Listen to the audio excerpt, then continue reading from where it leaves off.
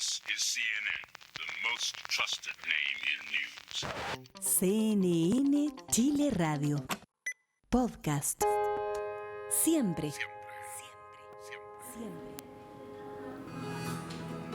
Sentirse bien es más simple de lo que crees. No es necesario abrumarse. Pequeñas acciones cotidianas hacen la diferencia. Y Macarena Morales sabe cómo ayudarte. Comienza Bienestar, el podcast en CNN Chile Radio. ¿Qué tal? ¿Cómo están? Bienvenidas y bienvenidos a un capítulo más de Bienestar. Contentos estamos porque pasamos desde ser podcast, hemos sumado y ahora estamos también en la pantalla de CNN Chile con este compromiso que tenemos simplemente de a través de la ciencia, la salud, vivir un poco mejor. Y hay un tema que es verdaderamente importante, es una epidemia, incluso lo han catalogado desde la Organización Mundial de la Salud.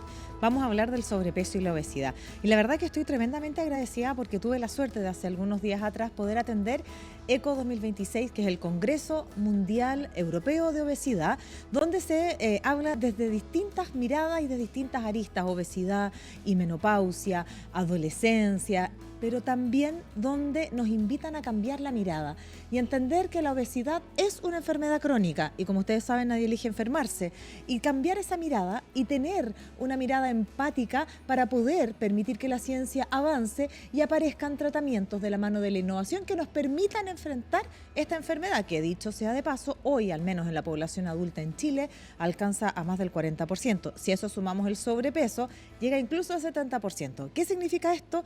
Que estamos enfrentándonos a un problema de salud no menor, porque además la obesidad detona otro tipo de enfermedades no transmisibles como tantos le hemos enseñado en este espacio. Diabetes tipo 2, resistencia a la insulina, enfermedades cardiovasculares y tantas más. Pero sin embargo, también en ECO 2026 se puso la mirada en cuanto impacta esto a la salud mental. A todas aquellas personas que tienen obesidad muchas veces se sienten solos y no encuentran una salida, y las salidas están. Y es esa la conversación que queremos motivar el día de hoy, a quien también conocí en Turquía, imagínense. Le voy a dar la bienvenida a Jessica Awad. Ella es médico especialista en nutrición y diabetes del staff de la clínica alemana. Jessica, un gusto volver a encontrarte aquí en Chile ahora. Millón de gracias, Maca. Sí, fue un viaje muy entretenido donde aprendimos muchas cosas también. Claro, ustedes van a este tipo de congresos para poder seguir poniéndose al día y yo voy simplemente como una divulgadora de la ciencia y de la salud, pero que tenemos un objetivo común que es el bienestar. En este caso, ¿cierto? Para nosotros de los auditores y a ustedes de los pacientes. ¿Cuál es tu mirada y qué te trajiste de este espacio?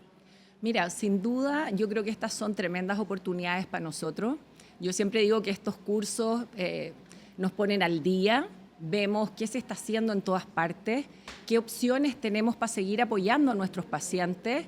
También, sin duda, y debo decirlo, nos permite conocernos entre colegas, claro. Ya conocer otras culturas también, porque después del Congreso hay algunas horas de relajo. ¿Cierto? Aparte de una ciudad alucinante.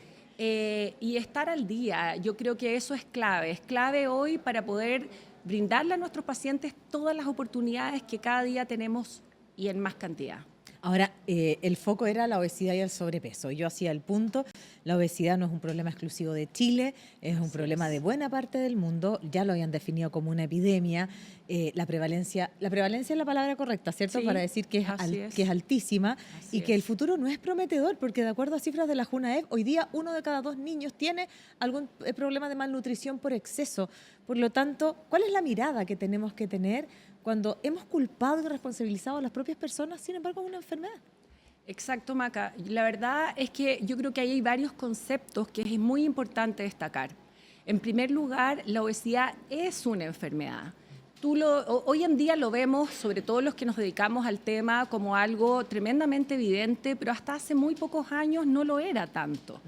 Esta es una enfermedad que no se debe a la falta de voluntad, que se debe a que los pacientes las personas que viven con obesidad, tienen alteraciones metabólicas, biológicas, hormonales, que hacen que tengan un sistema de regulación de hambre y saciedad alterado. Y es por eso que el nuevo conocimiento, sobre todo de los nuevos tratamientos, va efectivamente a eso, a tratar esta alteración, ¿cierto?, que justifica que el paciente esté enfermo. Y también entender que la obesidad es una enfermedad crónica. Yo no elijo tener hipertensión, yo no elijo tener diabetes, yo tampoco elijo vivir con obesidad.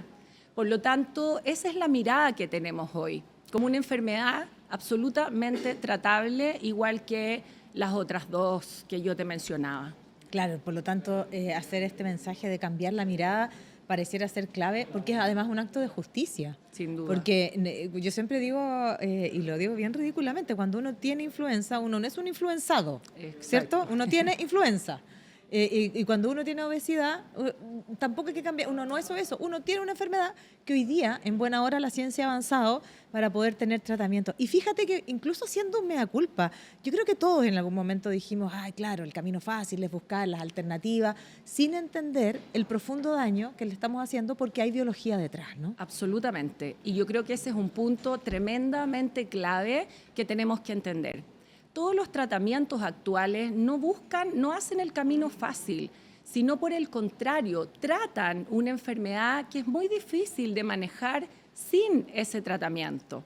Cuando yo tengo hambre la mayoría del tiempo, decir, bueno, come menos, haz más deporte y esa es la solución, la verdad es que no es así. La verdad es que hoy sabemos que una persona que tiene sobrepeso o obesidad tiene menos secreción de señales que producen mayor saciedad y mayor inhibición del apetito a nivel del sistema nervioso central. Y además, ese tipo de señales tienen un impacto menor en la esfera de saciedad y hambre. Por lo tanto, son personas que requieren una regulación. Es como, por ejemplo, decir que una persona con diabetes necesita insulina para regular su glicemia. Una persona que vive con obesidad necesita una nueva regulación de sus señales, en el fondo, que regulan el apetito para poder mantener los buenos hábitos que la gran mayoría de los pacientes sabe que tiene que tener. Claro. La verdad es que yo siempre le digo a mis pacientes, usted sabe lo que tiene que hacer. Ahora, ¿cómo lo hago? ¿Cómo lo logro? Y eso es lo que los nuevos tratamientos nos ayudan muchísimo a apalancar todo este proceso posterior, que es lo que nuestros pacientes realmente necesitan. Ya, y la doctora y yo hemos mencionado varias veces los nuevos tratamientos, estos tratamientos. La obesidad tiene varios tratamientos posibles hoy día y la ciencia sigue avanzando. O sea, sabemos que hay lugares y hay laboratorios donde se siguen trabajando en fórmulas que nos puedan seguir entregando herramientas porque la prevalencia es altísima. Así ya, es. y en algún momento hemos tenido la cirugía, hemos hablado de ella muchas veces, pero también de estos fármacos que son, lo decía muy bien Jessica, estos inhibidores de GLP-1 o el Así es. GLP-1 que nos permiten tener la saciedad durante más tiempo y que pareciera ser bien seguro. Ustedes lo conocen porque todos hemos hablado de los Ozempic y que este Ozempic que originalmente fue aprobado para el tratamiento de la diabetes. Sin embargo, ahora esta misma molécula que se llama la semaglutida en una dosis más alta es ya aprobada para el tratamiento para la obesidad bajo el nombre de Wegovy. También Así tenemos es. tirzepatida y anteriormente teníamos liraglutida. Liraglutida. Ah, ya, Sí. liraglutida, que son ciertas moléculas que cumplen el mismo objetivo, ¿no? Así es, son agonistas del receptor ¿No de puedes GLP-1. explicar eso? ¿Qué es ser el agonista del GLP-1? ¿Qué es el GLP-1? Mira, yo creo que lo más interesante entender es que nuestro cuerpo tiene una serie de señales que van a regular el hambre y saciedad a ¿Ya? nivel del sistema nervioso central. Todas las personas cuando comemos y los nutrientes toman contacto con nuestras células intestinales, se libera esta señal o enteropéptido que nosotros, decimos que es uno de ellos el GLP-1. Hay otros también como el GIP y otros más.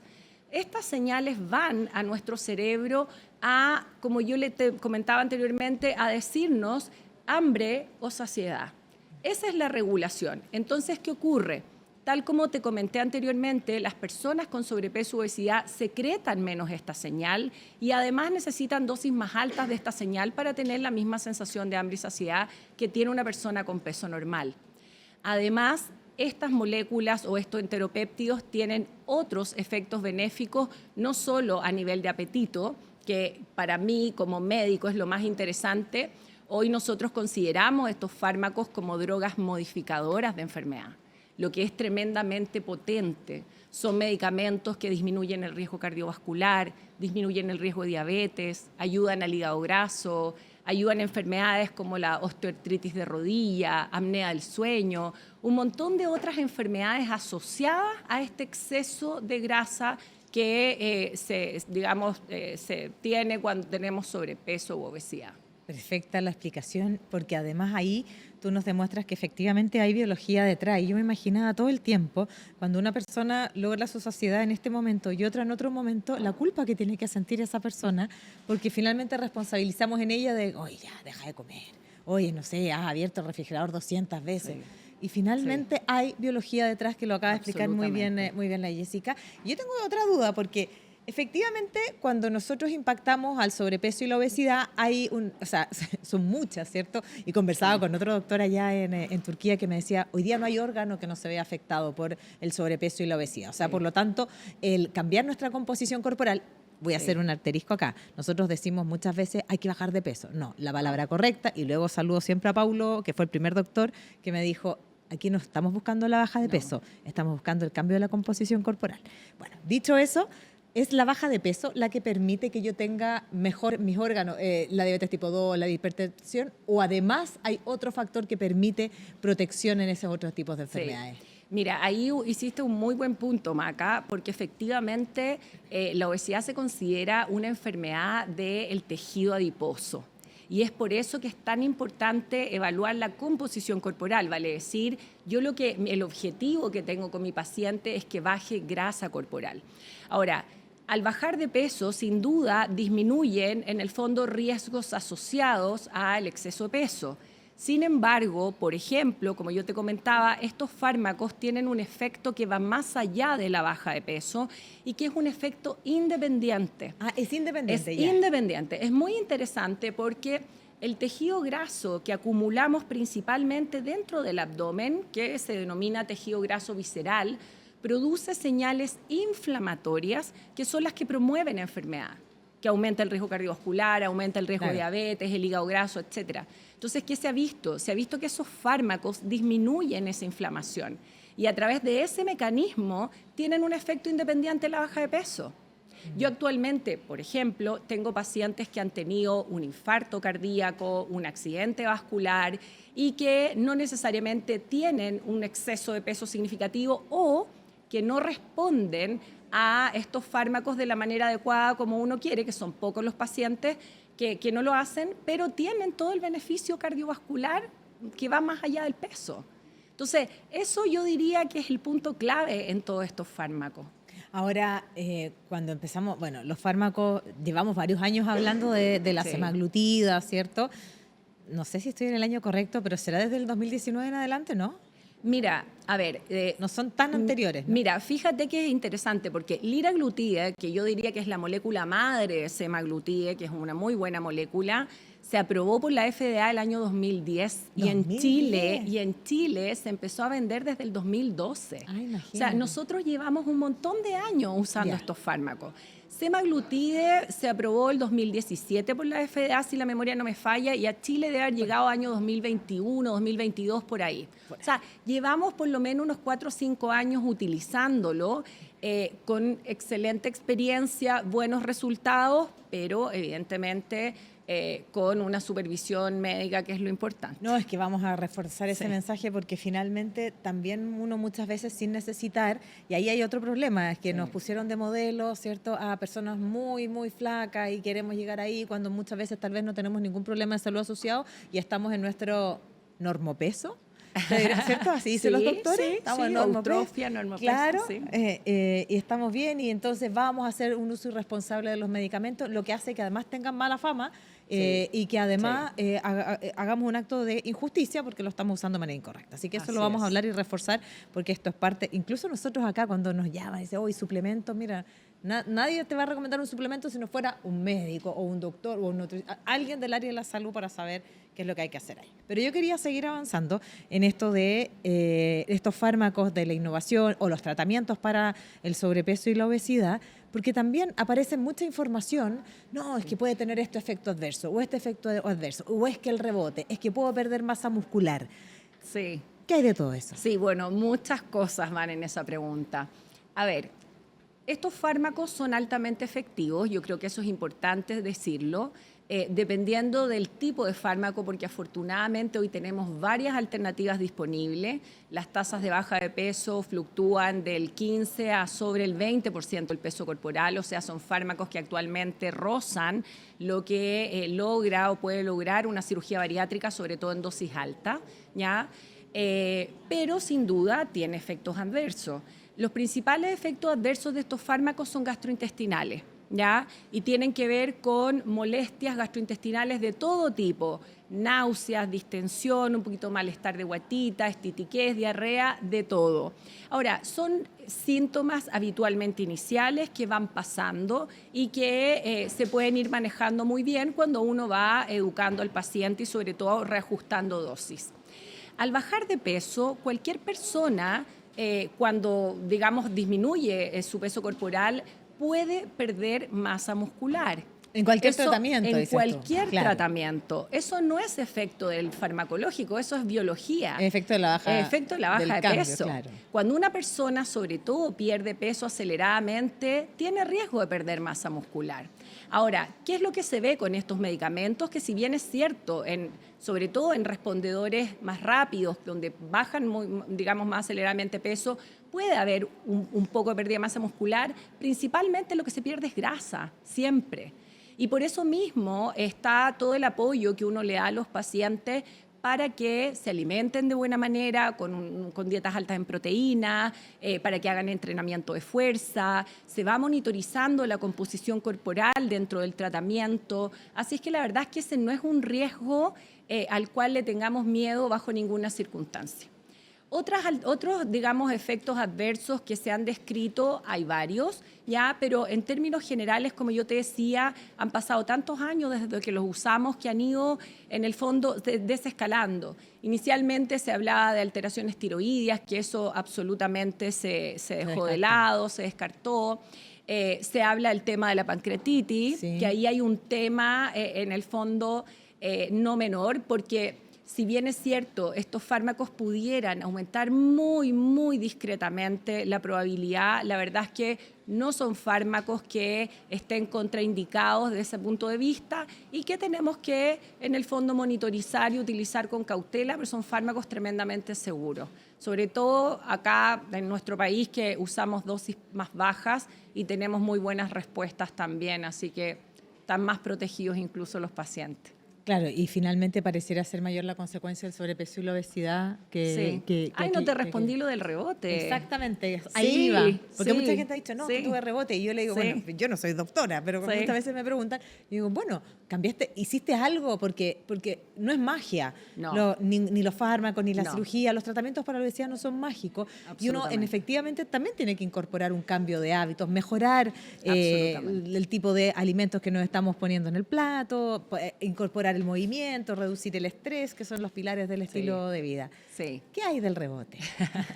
Mira, a ver, yo creo que es súper importante entender que, como hemos dicho, la obesidad es una enfermedad crónica que requiere tratamiento permanente, ¿ya?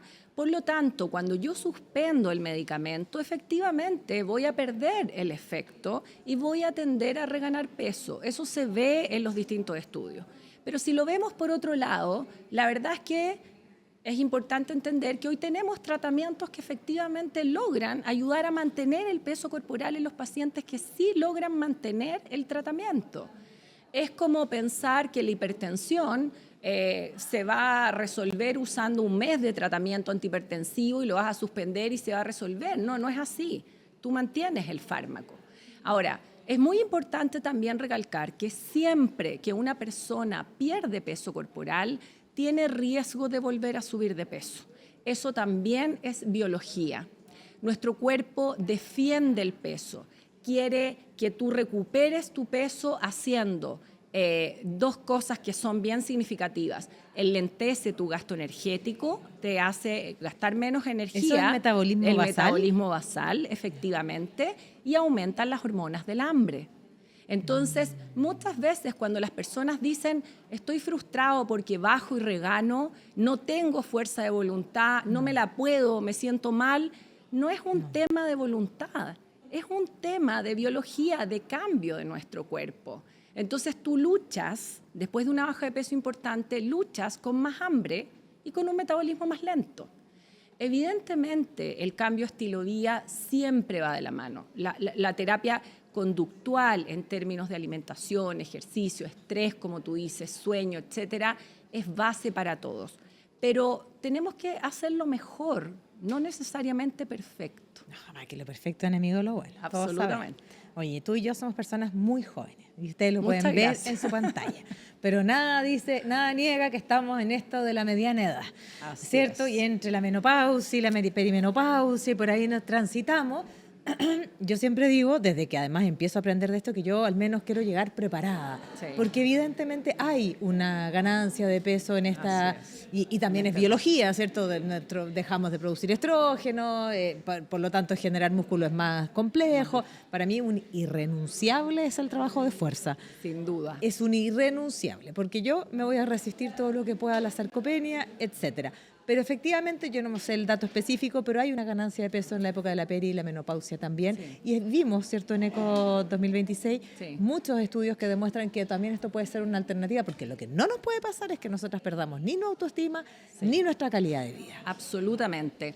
Sí, la verdad es que en ECO 2026 se mostró un estudio tremendamente interesante en mujeres pre, peri y postmenopáusicas. Todos En algunas de sabemos- esas etapas nosotras Sí, estamos. claramente. Bueno, la verdad es que todos los que hemos trabajado con personas que tienen problemas con el peso, sobre todo mujeres de esta edad, sabemos lo difícil que es. El gasto energético está más lento, tenemos menos musculatura, empezamos a acumular grasa abdominal, lo que aumenta nuestro riesgo cardiovascular. Por lo tanto, las alternativas de tratamiento anteriores eran muy pocas. Hoy en ECO se vio un estudio muy interesante con dosis altas de semaglutide, en donde las mujeres peri, pre y posmenopáusicas lograban perder con dosis altas de semaglutide sobre el 20% de peso corporal. La verdad es que eso realmente fue un hallazgo gigante.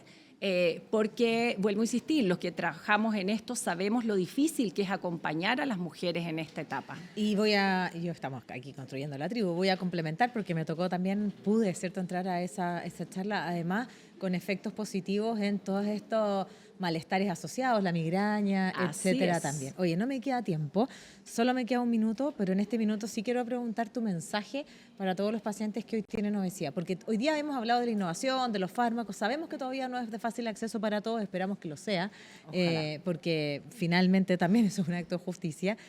¿Cuál es tu mensaje para todos ellos también? Mira, mi mensaje para los pacientes sería que no pierdan la esperanza.